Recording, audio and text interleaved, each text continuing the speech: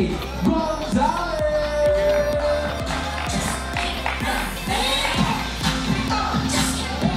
Angel Gordon!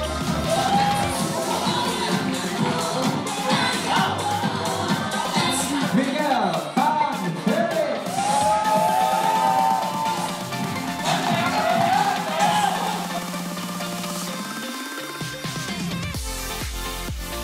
Ang impression ko, number one, nakakabitin siya, tsaka sobrang saya. And in fact, hosting this MediaCon, nakita ko on-screen and off-screen yung bonding nila habang nag-host ako.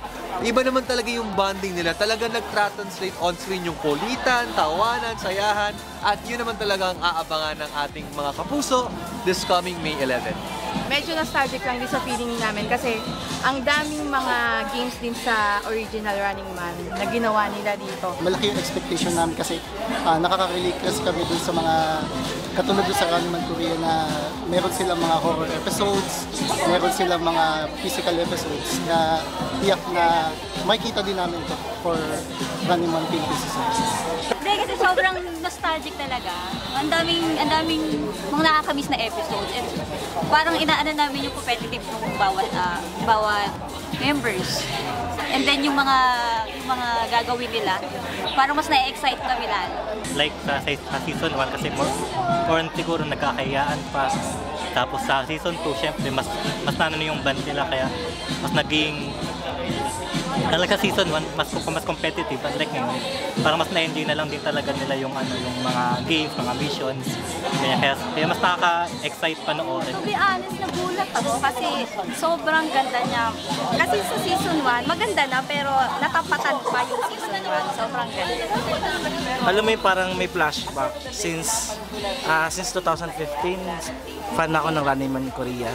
And flashback kasi may mga some part na na-appreciate nakita ko talaga. At alam kong nabigyan na ng justice yung Running Man page. Super nagustuhan ko yung pilot episode. Sobrang nabitin nga ako kasi gusto ko na panoorin yung pangalawang episode. So nawala sino nanalo dun sa unang episode. Tsaka very nako-compare ko siya sa original kasi syempre yun yung pinapanood ko. Pero pagdating sa editing, sa flow, dun sa mga challenge, parang nakaka-excite siya. So, lalo may Filipino flair. So, gusto ko siyang panoorin talaga.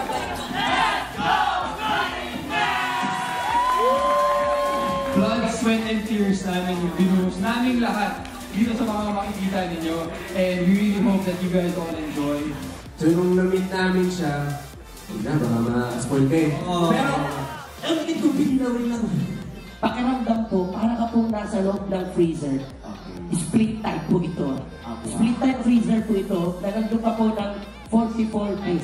Hindi madali. Especially for me and for the others na first time experience ng winter. Ang sarap din kasi matawag na ultimate runner, diba? Pero sa totoo lang po, lahat kami panalo dito talaga. Ang totoo po niyan, kayo po talaga yung panalo. Kasi may enjoy po ito. Mula episode 1 hanggang 2.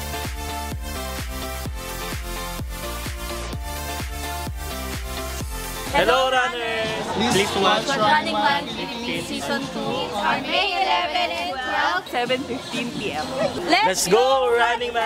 Let's go, Running Man! Let's go, Running Man! Number 1! Number 1! Number one!